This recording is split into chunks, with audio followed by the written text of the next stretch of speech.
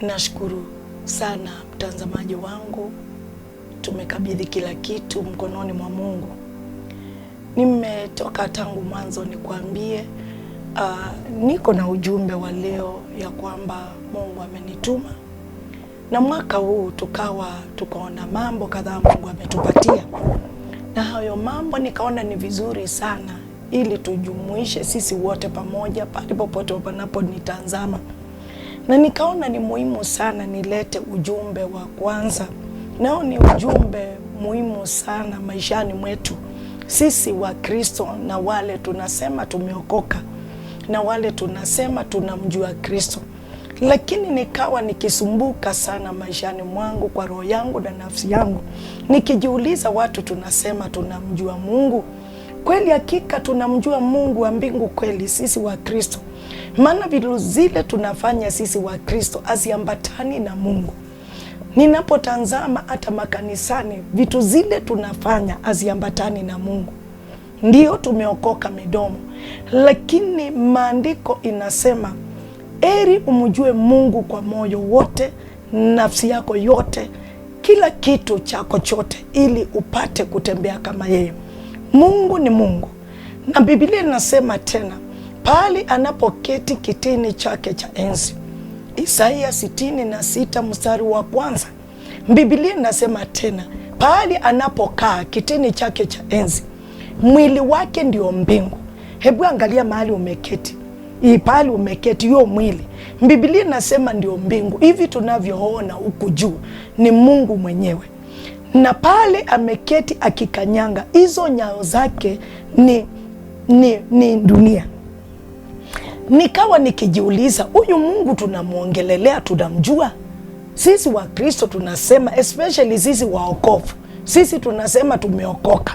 Maana tunahitaji kuwa na mfano mzuri. Sitaongelelea, lakini kuna kitu kitakuja niguze tena, wokovu. Maana wokovu watu wameichukulia vibaya. Hata kila mtu ameichukulia ni kama kazi, lakini si kazi. Wokovu ni menendo ya Mungu utembee nayo. Menendo ya Mungu ikubadilishe. Maana ukiokolewa kutoka kitu kibaya, we mtazamaji, lazima uwe unashtuka na uwe umeokolewa kutoka kwa shida. Wacha nikupe mfano fulani. Uko pale na nyumba yako iko pale, na sisemi ni wewe tu, lakini napeana tu mfano. Nyumba yako ikuje ishike moto, na siombi ishike moto kwa jina la Yesu Kristo, napeana tu mfano. Nyumba ikuje ishike moto, na ikishika moto huko pale ndani, na imewaka kabisa, na unaona sasa umefika mwisho, unaenda kufa. Na sasa kitu kifanyike ukiwa hapo kwa hiyo moto, na watu waone kabisa moto imekuchoma, imekumaliza.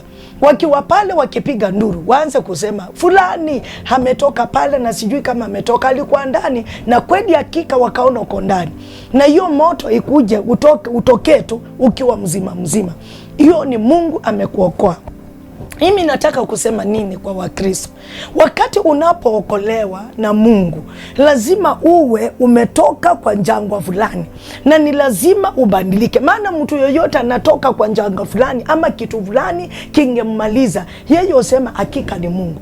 Sisi Wakristo tumeokolewa na Kristo, tumeokolewa na Mungu. Maana tunajua Yesu ni nani, aliozaliwa wakati ule wa Krismasi. Wewe Mkristo, akazaliwa, akaja, akakuwa mkubwa. Sasa ameingia pale, ameanza kuhubiri, ameanza kutenda miujiza. Huyu ndio Yesu Kristo tunamuongelelea.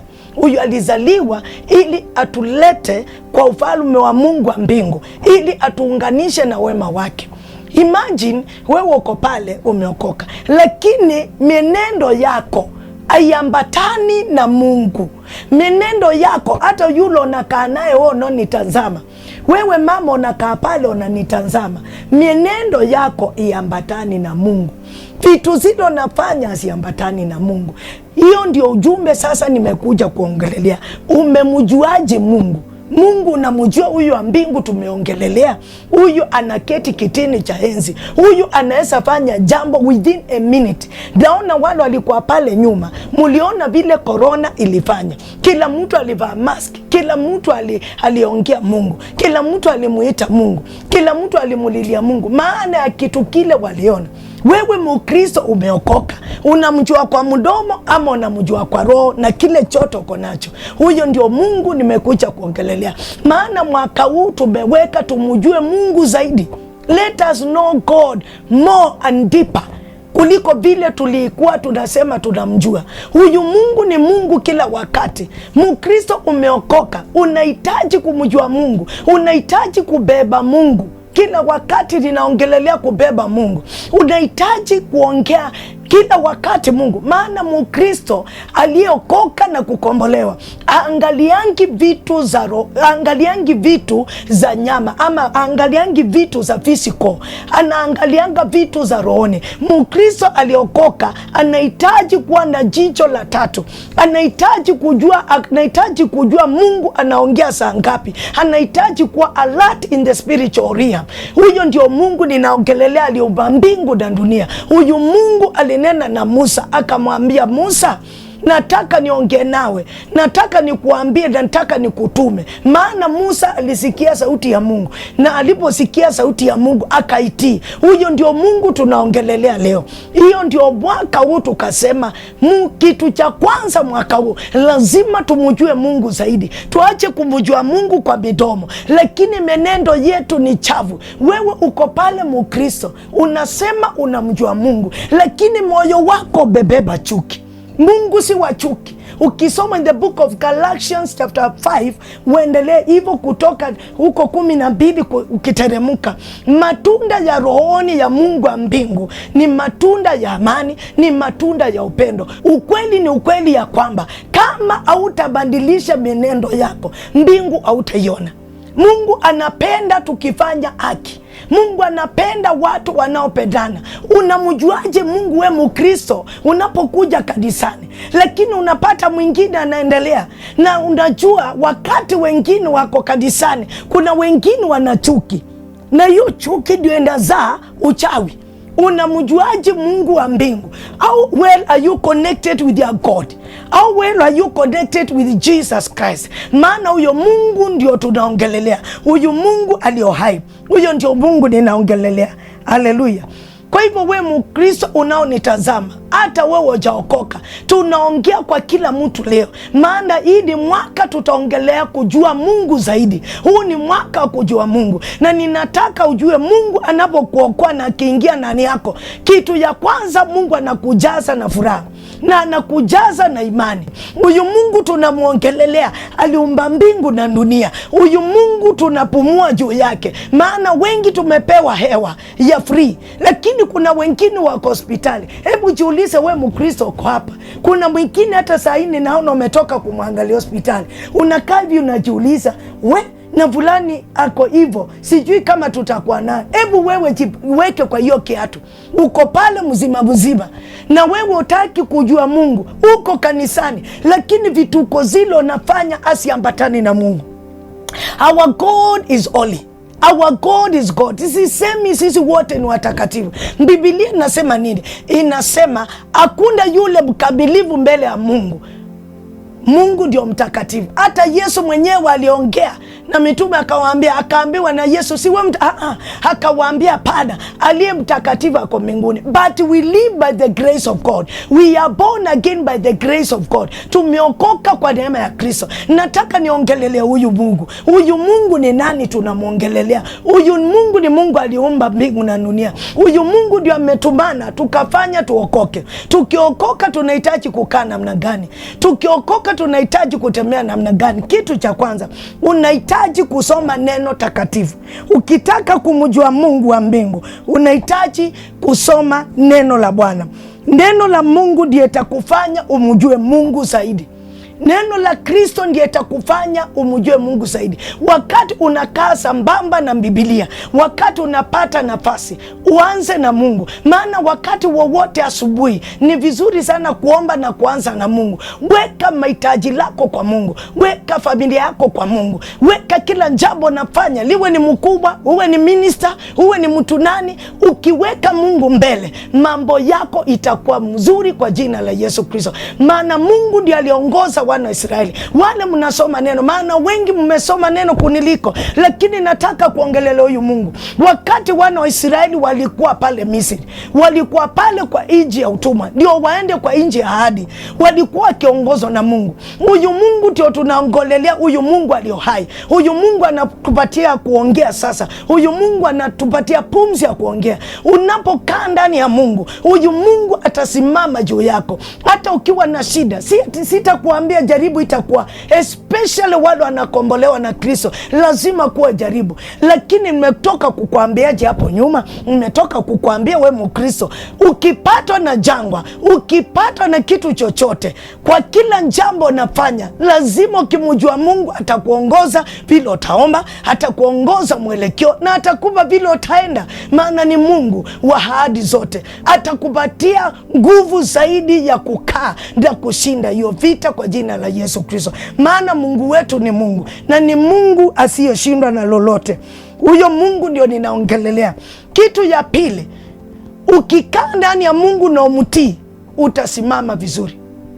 Eri Mkristo utii Mungu, maana Mungu anaongeanga na sauti. Utaniuliza, nabii, Mungu anaongeanga aje na sijaisikia sauti? Ni kwa sababu unasikiza masauti mengi, lakini sauti ya Mungu utaisikia ukiwa kila wakati kwa maombi, utaisikia ukiwa kila wakati kwa neno. Maana Mungu sisi tunampatia mahitaji yetu kwa maombi, lakini naye Mungu tujibu kupitia neno. Wakati utakapoona Mungu ameanza kukupatia neno, jua ya kwamba Mungu ameanza kufanya uwe mtoto amekomaa kwa jina la Yesu Kristo. Na ninaongelelea huyu Mungu umtii, maana Mungu ni Mungu wa kutiwa. Wakati wana wa Israeli walitii Mungu, walipata kufika nchi ya ahadi, na wale hawakutii walikufa. Wakati unakosa kutii Mungu, kuna kitu kitakutendekea. Inaweza ukakosa kufa rohoni, ukakosa kufa mwilini, I'm sorry, lakini roho yako ikakufa, wokovu wako ukakufa, vitu zako zikakufa. Kwa hivyo ni vyema sana kutii Mungu kila wakati, kuwa na wazo la kutii Mungu kila wakati. Kaa ukitii Mungu, liwe ni kazini, sikia sauti ya Mungu, maana utakapotii sauti ya Mungu, sio kama mtu wa ulimwengu, sio kama mtu mwingine, lakini we Mkristo. Ninaongelelea we Mkristo, maana Ukristo mumeibeba wengine, mumeibeba ni kama kazi. Kazi hiyo sio kazi. Wokovu, ukianza wokovu ni safari ya kwenda mbinguni, na ukiwa ndani ya wokovu lazima ukae kama mtu ameokoka. Wakristo wengi tumeokoka, na kwa sababu hatujamjua Mungu zaidi, tunakaa kama watu feki. Tuko kanisani, lakini vituko zile tunafanya asipendezi mtu wa nje. Hatuwezi tukafanya mtu wa nje akakuja akasema, hakika nimeona fulani vile nimemuona, ninahitaji kwenda mahali anashiriki. Wakristo wengi tumeokoka, lakini menendo yetu ni chafu. Tumeokoka, lakini mdomo wetu unaamuka hapo asubuhi, wewe unanitazama, umeamuka, umeokoka, unaanza kuimba wimbo unatusi bwana yako, unaanza kuimba wimbo unatusi jirani yako. Hiyo sio wokovu. Wokovu ni kusameheana. Wokovu wa Mungu ni kukaa kama Mkristo ameitwa na mbingu. Ninajua sisi uteleza, lakini neno la Mungu linasema nini? Anaoteleza akitambua na akitubu atasimama tena. Biblia inasema tutasimama tena, maana Mungu ndio tusimamisha. Haleluya! Kwa hivyo tukae ndani ya Mungu na tutii huyu Mungu wa mbingu. Walipotii sauti ya Mungu walifika Kanaani, na wale hawakutii hawakufika. Wakristo wengi tuko kanisani, lakini tumekufa. Tunaenda tu kanisani kwa sababu kanisa yetu ni very smart. Tunafanya vitu kama entertainment. Tunafanya madhabahu kama stage, na madhabahu sio stage. Stage ni mahali watu wanafanya entertainment, lakini madhabahu ya Mungu ni mahali panahitaji kulindwa.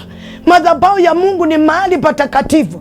Madhabahu ya Mungu ndio mahali Mungu ananena nasi na anatumana.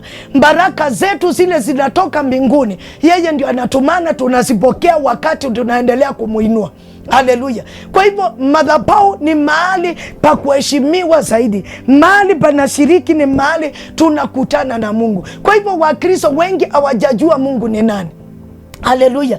Tunahitaji kukaa tukijua Mungu ni nani. Tunahitaji kukaa kwa roho ya msamaha. Tunahitaji kukaa kwa moyo mzuri. Kanisa la Kristo ya siku hizi haipendani, maana ishamwacha Mungu ikakaa sana kwa wokovu. Yaani watu wengi wamebeba wokovu kama Mungu kuliko kumbeba Mungu wa mbinguni. Haleluya. Watu wengi wamebeba miujiza, maana Wakristo wengi wanakuja kanisani juu ya miujiza. Hawakuji kwa sababu ya Mungu wa mbinguni. Sijasema miujiza ni mbaya, lakini ukuja kanisani ukijua nimemjua Mungu, na nikitoka hapa mimi mwenyewe Christine nitatoka na baraka za Bwana. Kitu ya kwanza, Mkristo ameokoka na amekombolewa akimjua Mungu, kuwa na imani, jazo na roho ya imani. Imani ni kitu ya maana sana. Unaweza pasua milima. Biblia inasema milima inaweza fanywa ikawa tambarare. Mlima mgani umebeba we Mkristo? Kile kitu umebeba Mungu ukimjua anaweza kifanya kikawa sio kitu tena.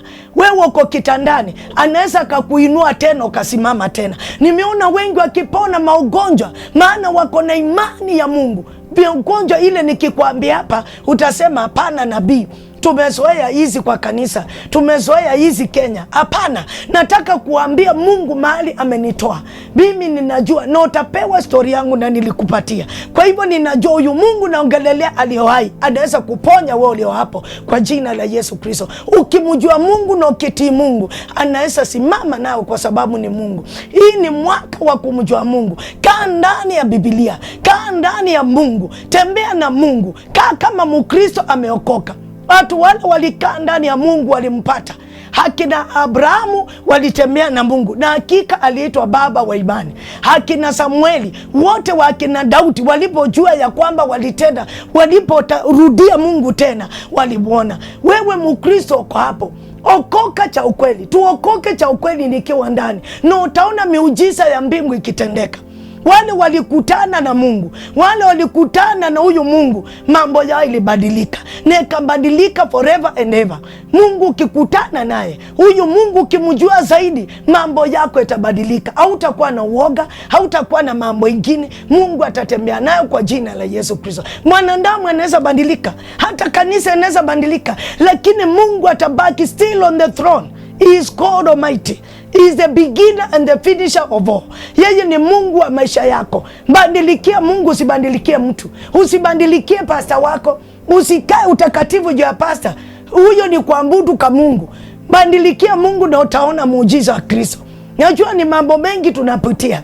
Najua Kenya hii tuko na mambo. Najua tuna uzito fulani. Lakini ninaomba kwa jina la Yesu Kristo, tukae ndani ya Kristo. Biblia inasema tutafuta ufalme wa Mungu kwanza, na mambo mengine tutapata.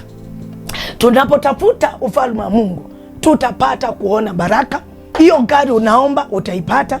Hizo baraka unatafuta utapata. Hata utashinda ukienda kuzitafuta, zitakuja automatically kwako kwa jina la Yesu Kristo. Hizo baraka unashinda, hiyo gari unaangalia mwenzako ya jirani yako, my friend, utaipata kwa jina la Yesu Kristo. Chako ni kukaa ndani ya Kristo. Chako ni kukaa ukifuata Mungu. Chako ni just believe. Mimi ufunza watu nawaambia just believe in God. Na ninajua mambo makubwa yatatendeka. Maana Yesu alipotuacha alisema mutafanya makubwa kuniliko. Basi haya makubwa ilienda wapi kwa kanisa ya siku hizi? Makubwa ilienda wapi? Lazima tupange vitu ili miujiza watu wajue kanisa. Kwani huyu Mungu alikuwa na akina Mose, huyu Mungu alikuwa na akina Peter, huyu Mungu alikuwa wakati wa zama. Na tunaposoma Elijah alisema, tuliambiwa Elijah alikuwa mtu kama sisi. Ni kitu gani kilifanyika kwa kanisa? Ni grace gani iliondoka sisi kanisani?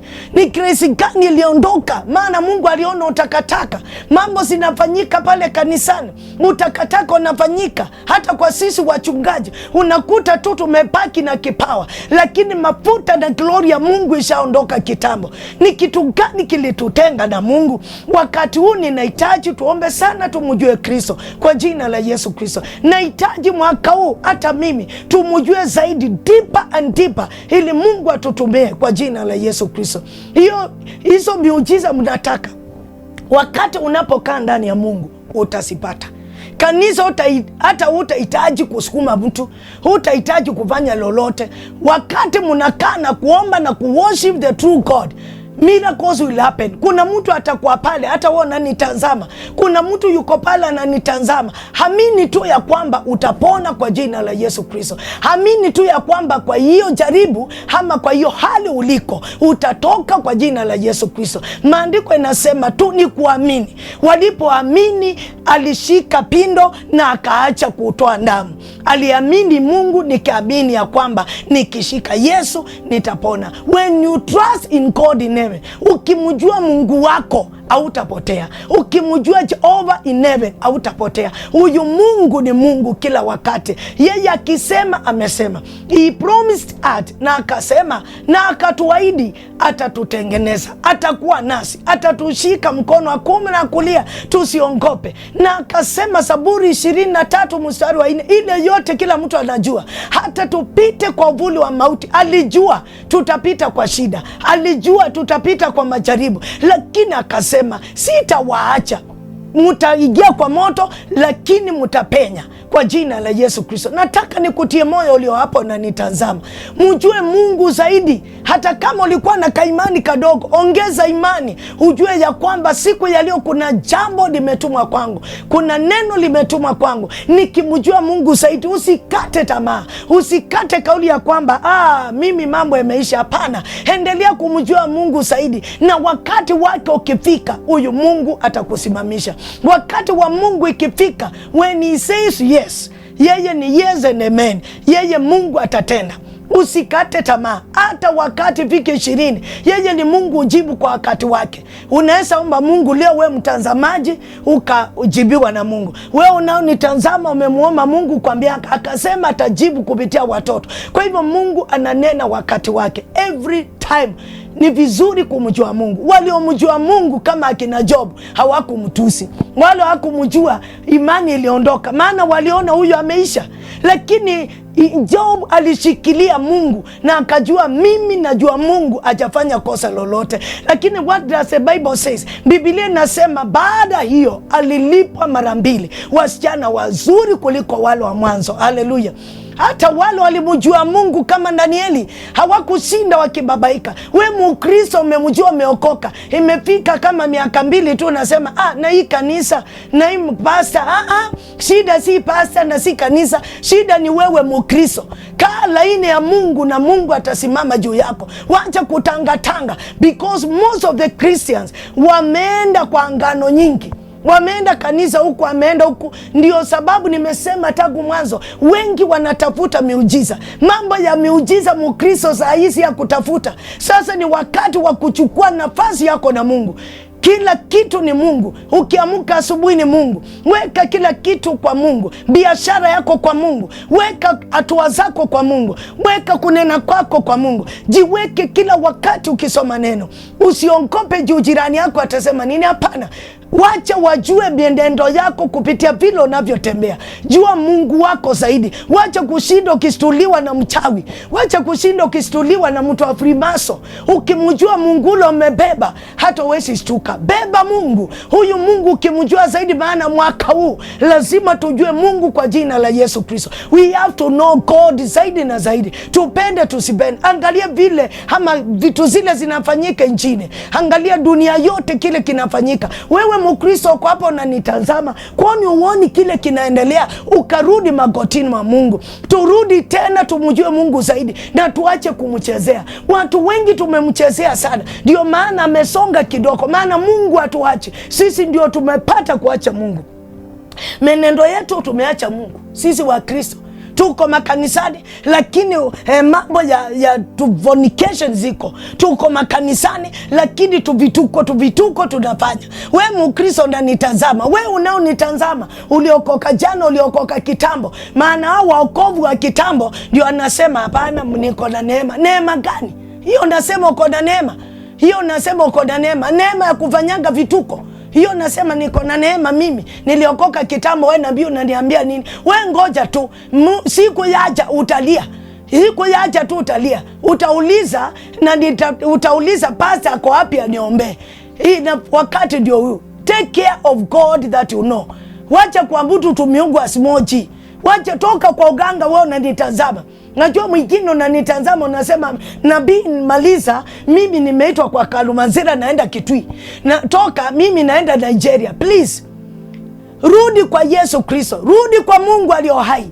Tengeneza njia yako na Kristo. Jua Mungu zaidi, maana waliomjua Mungu walitoka wakiwa na ushuhuda. Jua Mungu, siku moja utatoka na ushuhuda kwa jina la Yesu Kristo. Siku moja utajua Mungu, utatoka na ushuhuda. We mgonjwa uko hapo, shikilia hapo. Najua utaenda kupona kwa jina la Yesu. Kuwa na imani na huyu Mungu. Ushikilie Mungu na ninajua utatoka na ushindi kwa jina la Yesu Kristo. Uko hapo umetafuta kazi, sasa umeenda kwingine, hata umesema mimi nimeacha Kenya, nimeacha hii nchi. Hapana. Tukae magotini mwa Mungu. Every time tukae magotini. Hata ukilia serikali, najua mtarusha mawe, lakini hapa hamutarusha mawe. Nitakwambia ukweli, wewe ndio utapiga magoti uombee serikali. Maana walikaa chini wakiombea Peter, na Peter alitoka. Walikaa kama kanisa wakiombea Peter. Kanisa la leo iko wapi ya kuombea nchi ya Kenya? Maintercessor walienda wapi walioitwa ili waombee nchi yetu ya Kenya?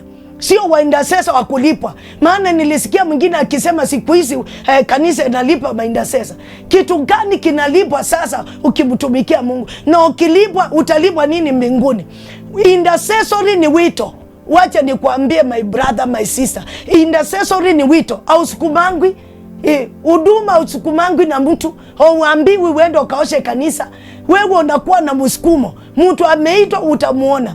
Mtu ameitwa na Mungu wa mbingu utamuona. Maana tayari aliamua kutembea na Mungu na kumjua. Kitu ya kwanza lazima umjue Mungu ili utembee naye na umtii.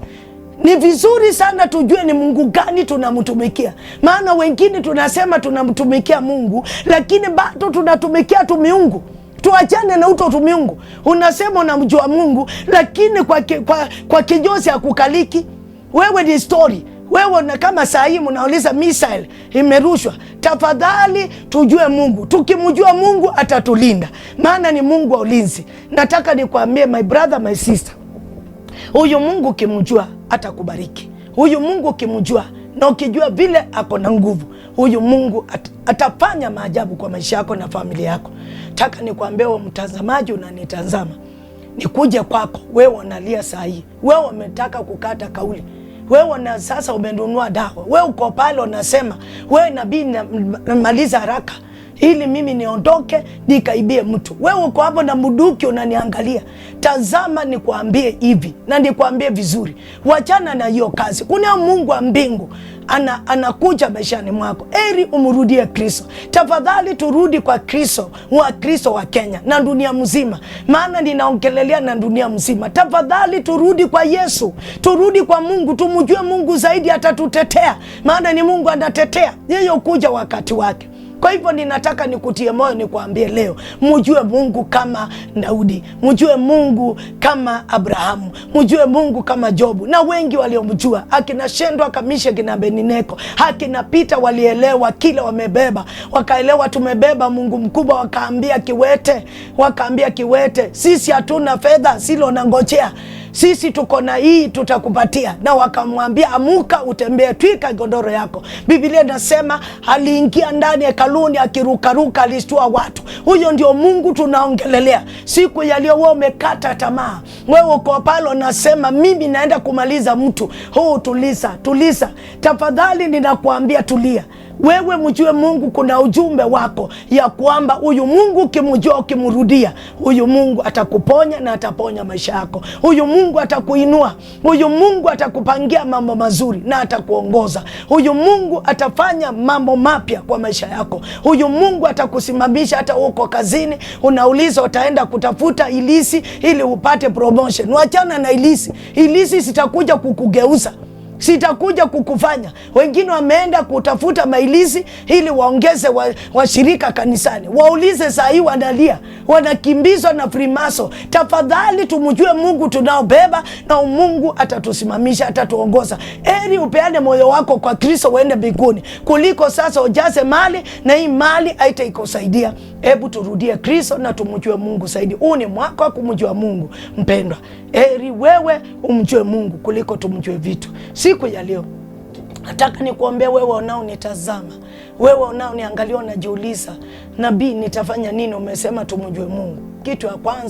Kitu ya kwanza soma neno, kuwa muombaji, kuwa mtu wa kutembea na Mungu. Hata wakati majaribu yaja, jikase tu, jikase tujaribu, maana majaribu huja itumalize, majaribu huja ituinue, majaribu huja ili tutie nguvu, majaribu huja ili tuonyeshe njia. Tafadhali tuingie, hata mimi nikiwa hapo, tupate kuingia kwa kumjua Mungu zaidi, kusoma neno, kutembea, kukuwa na vikundi, fellowship, kuwa na fellowships, kuwa na mahali pa kuomba seriously, not plastics ya maombi, lakini tuombe serious prayers in the name of Jesus Christ. Kanisa la Kristo turudi kabisa kwa Mungu. Tuache vituko na sarakasi ili Mungu akapate kututumia. Sisi tuko hapa ili tutafute Bwana. Wewe uko hapa unaonitazama, unauliza, nabii umekuja wakati huu, hebu niombe. Nataka tuombe sisi wote pamoja, unaonitazama, ili tupate kuona. Najua Mungu atatubadilisha, najua Mungu atakuponya, najua Mungu atanena na maisha yako. Unaonitazama, najua wewe unataka kuruka, nasema nilikuwa nimeapply kwenda nje, na angalia sasa tumeambiwa ndege asiendi. Kuna wakati hija ndege sitakuwa nyingi sana, hiki ni kipindi tu na kitaondoka. Kwa hivyo jikaze na umjue Mungu wako, ujue ya kwamba kama ulikuwa unaenda Amerika utaenda, kama ulikuwa unaenda Dubai, hiyo Dubai utaenda kwa jina la Yesu Kristo Mungu wetu aliyo hai. Kwa hivyo sikate tamaa. Wewe uliotaka kuanzisha biashara, wewe uliotaka kufanya chochote, unasema una pesa, huyu Mungu ukimjua, Biblia inasema nini? Atatubariki, maana tumemjua. Kwa hivyo ni vizuri sana ujuane uhusiano wako mzuri. Weka uhusiano wako karibu na Mungu, weka Mungu wako karibu aliye mbinguni, na Mungu atakutetea. Nataka tuombe pamoja, wewe nao nitazama, na ninajua Mungu ataenda kukubariki, Mungu ataenda kusimama kwa maisha yako kwa jina la Yesu Kristo. Wewe ni hapo unapitia ndoto mbaya, amini pamoja na sisi, maana wengi wamechanganya na maangano na ndoto mbaya. Umekula kwa ndoto ukasema sisi tumekula chakula. Hapana, umekulishwa uchawi. Kwa hivyo ni vizuri sana tuungane pamoja leo ili tupate kufunguliwa kwa jina la Yesu Kristo. Ni Mungu tu atatufungua, ni Mungu tu atatenda. Kuweka imani yako kwa Kristo, weka imani yako kwa Mungu huyu umemjua, ili umjue zaidi na zaidi kwa jina la Yesu Kristo. Baba, katika jina la Yesu nakushukuru, nasema ni asante. Wema na fadhili ni zako. Nakabidhi mtazamaji wangu mkononi mwako. Wengine wanapitia shida, wengine ni wagonjwa, wengine wana matatizo ya ndoa, wengine wana matatizo ya kazi, wengine hata uwezo wakaamka vitandani, wengine wana mashida mbalimbali, wengine hata wajakula usiku wa leo ama jioni na mchana. Na wakabidhi wote mkononi mwako. Na wajua kwa majina, unawajua na sehemu wanazokaa. Baba wa mbingu, ukawasimame nao, mkono wako kauwe juu yao. Mungu ukawabariki na ukawatendee. Aliyo mgonjwa kamponye, maana wewe ni mponyaji kwa jina la Yesu Kristo. Wasiokuwa na amani ongezeka kwao, ili wawe na amani ya juu sana kwa jina la Yesu Kristo. Zaidi ya hivyo, mwaka huu wakakujua zaidi na zaidi kwa jina la Yesu Kristo. Na wafunika na damu ya Yesu Kristo, nikinena mpya maishani mwao, nikinena wai tena kwa maisha yao kwa jina la Yesu Kristo. I speak restoration upon their lives in the mighty name of Jesus Christ. Na nena ushindi kwa maisha yao. Uko hapo na biashara, najua Mungu ataenda kutenda. Biashara yako itaongezeka kwa jina la Yesu Kristo. Na tabiri nikinena mambo yako itaenda kuwa shwari tena kwa jina la Yesu Kristo. Uko hapo mgonjwa, najua naenda kupona, maana Mungu wangu ni mponyaji. Asante kwa sababu Mungu anatenda.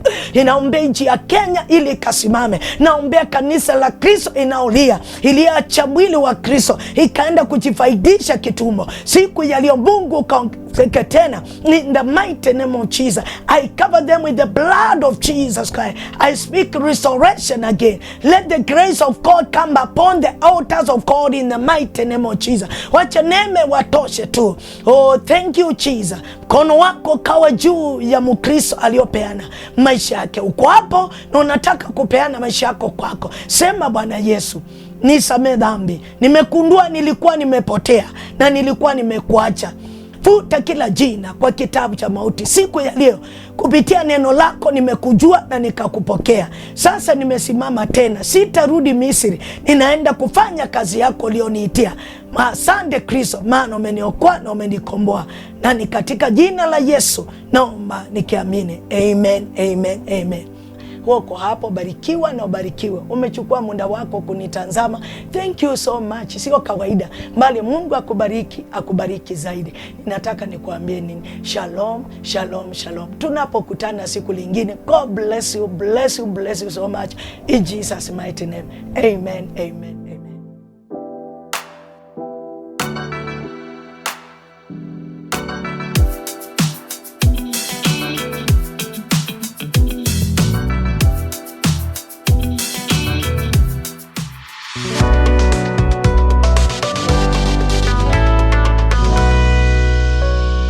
Steps of Christ TV. Christ at the center of every step.